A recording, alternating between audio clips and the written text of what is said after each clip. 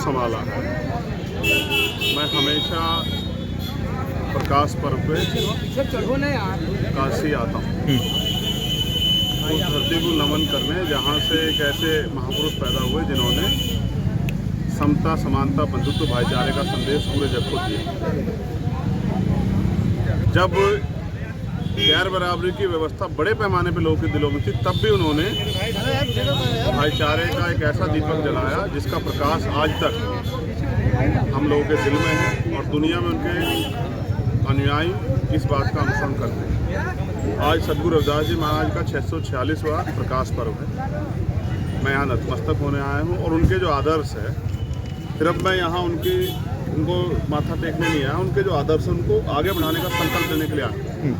हर साल मैं आता हूँ, संकल्प लेता हूँ और पूरे साल उस जो आशीर्वाद, जो ताकत, जो बल पैदा होता है उसके जरिए पूरे साल बिना रुके हम और हमारे साथी, हमारे नेतागण बीमार में आज़ाद समाज पार्टी के दिन रात मेहनत करते हैं जिससे कि हम उनके आदर्शों को जल्दी से जल्दी अंतिम व्यक्ति तक पहुंचा पाएँ और उनके आदर्शों का लाभ, उस विचार को सशक्तिकरण मिलकर उस आदर्शों का लाभ समाज में रहने वाले अंतिम पायदान पे जो व्यक्ति है उसको भी मिल सके। समाजवादी पार्टी के अखिलेश यादव कहते हैं कि वर्तमान सरकार को देखते हुए कि वर्तमान सरकार हमें शूद्र मानती है, मंदिरों में जाने से दर्शन करने के लिए रोकती है। क्या मानते हैं इसको? अब ये तो आपके सामने, यहाँ तो देश के राष्ट्रपति को भी जाति की वजह से मंदिर में जाने के लिए रोक दिया जाता है। बाबू जगजीवन राम अपने समय के बड़े मंत्री रहे, चोटी के नेता रहे, लेकिन उनको भी जब उन्होंने यही बनारस में संपूर्णानंद जी की मूर्ति का जब उद्घाटन किया तो उनको जो है उसको बाद में वो गंगा जल गोमूत्र धो के, ये हमें एहसास कराया जाता है कि देश में जो जाति व्यवस्था बनी है उस जाति व्यवस्था के आधार पे कर्म को प्रधान ना मान के जाति को प्रधान मान के नीचा दिखाया जाता है। इस पे सदगुरु महाराज ने कहा कि मन चंगा तो कटौती में गंगा। हमारे यहाँ एक संदेश है सदगुरु जी का, सत्संगत मिल रही है माधव जैसे मधुमक्खी, कि समाज को ऐसे रहना चाहिए जैसे मधुमक्खी रहती है छत्ता बना के। अगर कोई उन पे एक व्यक्ति पे हमें हमला करे तो वो इकट्ठे होकर उसका सामना करें। धीरे धीरे हम लोग प्रयास कर रहे हैं कि समाज संगठित हो और मेरा मानना है आज की जो संख्या है 10-15 लाख से पार है। इसका मतलब समाज में अपने संतों, गुरुओं, महापुरुषों के आदर्शों के प्रति, उनके विचार के प्रति एक बल, एक ऊर्जा पैदा हो रही है। आने वाले कल में आने वाले विचार पे होगा। और बीजेपी आरएसएस के लोगों को मेरा ये संदेश है,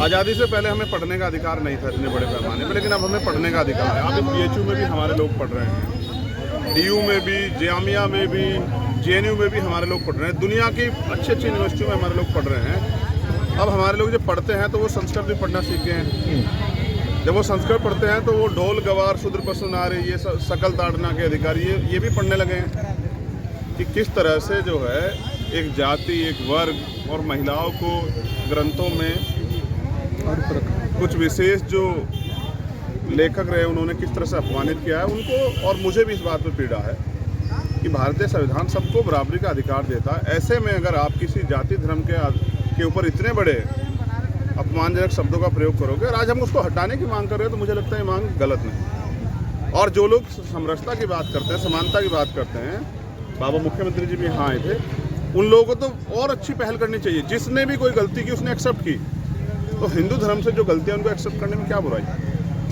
उनको स्वीकार करके आज समानता की बात करनी चाहिए। मैं यहाँ आया हूँ, हमारे मुख्यमंत्री कहते हैं कि उत्तर प्रदेश में कानून व्यवस्था बहुत अच्छी है। आप देखिए, मिर्ज़ापुर शासन प्रशासन कार्रवाई नहीं करे जाता। आपसे आग्रह की भीम आर्मी चीफ चंद्रशेखर आज़ाद जी हमें न्याय दिलाएं। दुखिया गीता देवी, उनको ये एहसास होगा कि मैं यहाँ आ रहा हूँ। वो यहाँ मुझे रास्ते मिली, उनके साथ रेप हुआ है, लेकिन FIR मैंने देखी, वो छेड़खानी में लिखी गई और फिर भी कोई गिरफ्तारी नहीं हुई है। ये कानून व्यवस्था उत्तर प्रदेश में चल रही है। कल रात में आया था, रात को 2 बजे मेरे गेट के बाहर जहाँ मैं रुका था वहाँ 2 पीड़ित परिवार खड़े थे। एक की ज़मीन का मामला है, वो प्रशासन गुहार लगा सके, दूसरे के बच्चे की हत्या हुई है और कोई कार्रवाई नहीं हो रही। ये स्पष्ट करता है कि दलितों का, पिछड़ों का, आदिवासियों का और अन्य धार्मिक अल्पसंख्यकों का उत्तर प्रदेश में रहना दुभर हो गया है। उनके साथ हत्या और अपराध जब हो रहे हैं तो भी कार्रवाई नहीं हो रही है। तो न्याय, मैंने कल भी कहा कि यहाँ बीजेपी के नेताओं की चौखट पे दम तोड़ दो। बीजेपी के नेता अगर कोई अपराध करते हैं कोई कार्रवाई नहीं होती है, और अगर आम आदमी कुछ मुंह से बोल भी रहा है तो उस पर जबरन मुकदमे लगा के जेल भेजा जा रहा है। इस लोकशाही की उम्मीद जिन लोगों ने शहादतें दी देश को बनाने के लिए, देश को आज़ादी दिलाने के लिए, उन्होंने भी नहीं की होगी। तो आज ये जो जंगल राज चल रहा है, इस पे हमारी आपत्ति है कि ये जंगल राज सुधारा जाए। सरकार सबकी होती है। मुख्यमंत्री जी बताएं कि जिस प्रदेश में दलितों के साथ इतना अन्याय हो रहा हो, उस प्रदेश में वो सद्गुरु रविदास जी महाराज को आके नमन करके और बड़े बड़े गुणगान करते हैं, तो ये कहाँ सत्य है? इन्होंने दिल्ली में सद्गुरु रविदास जी महाराज के 600 साल पुराने गुरु घर को कुचलवाया और हमने 5 लाख से ज़्यादा लोगों ने आंदोलन करके 96 लोग हम लोग जेल में रहे, लाठियाँ खाई, तब जाके आज तक भी हमारा गुरु घर इन्होंने वापस नहीं किया। ये दिखावे के लिए सद्गुरु रविदास जी महाराज का सम्मान करते हैं, ये हमारी वोट को लूटना चाहते हैं। अब हम लोग बेवकूफ़ नहीं रहे हैं, अब इनकी झूठी बातों में नहीं आएंगे। अब इनको सबक सिखाने के लिए हमारा समाज तैयार हो रहा है। हमें जो थोड़े बहुत अधिकार मिले आरक्षण के रूप में, ST के रूप में, उनको ये लोग लूट रहे हैं, बर्बाद कर रहे हैं। सारी सरकारी नौकरियां खत्म कर दी। युवा कहाँ जाएगा इस प्रदेश का? मुख्यमंत्री बताएं कोई भर्ती बिना पेपर लीक के हुई है आज तक? और जो 68,000 शिक्षक भर्ती में दलित पिछड़े वर्ग के बच्चों का हक अधिकार छीन लिया, उसको कौन साफ करेगा? आपने माना कि घोटाला हुआ तो उस वो जो मंत्री, जो शिक्षा मंत्री, उसको जेल क्यों नहीं भेजा? उस पर मुकदमा क्यों दर्ज किया? आपका शिक्षा मंत्री घोटाला करता है, उसको बरी करते हो, उसको कुछ नहीं कहते हो। और जिन बच्चों के अधिकार छीन लिए वो सड़कों पे वो कर रहे हैं, उनको लाठियों से पीट रहे दलित पिछड़ों को। जातिगत जनगणना कब करा रही है बीजेपी सरकार, बताए? अच्छा, एक आखिरी हमारा प्रश्न, अभी हाल ही में बजट पास हुआ है, बेरोजगारी पे बात नहीं हुई है, क्या मानते हैं इसको? बजट में 2 खूबियाँ बहुत अच्छी दी गई हैं। पहला, उन्होंने एजुकेशन का बजट कम कर दिया है कि लोग अनपढ़ बने रहें। दूसरा, हेल्थ का बजट कम कर दिया है कि इलाज ना मिलने का लोग जल्दी मर जाएं। ये गरीबी हटाने वाली नहीं, गरीबों को हटाने वाली, और बेरोजगारी हटाने वाली नहीं, बेरोजगारों को लाठी से पीट के जेल भेजकर सुसाइड करने मजबूर करने वाली सरकार है। जिस दिन इस देश का बेरोजगार खड़ा हो जाएगा, इस सरकार को उल्टे पैर भागना पड़ेगा। मेरी बात को आप याद रखें। 2024 में अभी हम लोग जातिगत जनगणना पे एक बड़ा आंदोलन जो है पूरे प्रदेश में और देश भर में करने वाले हैं, हर जिले जाके।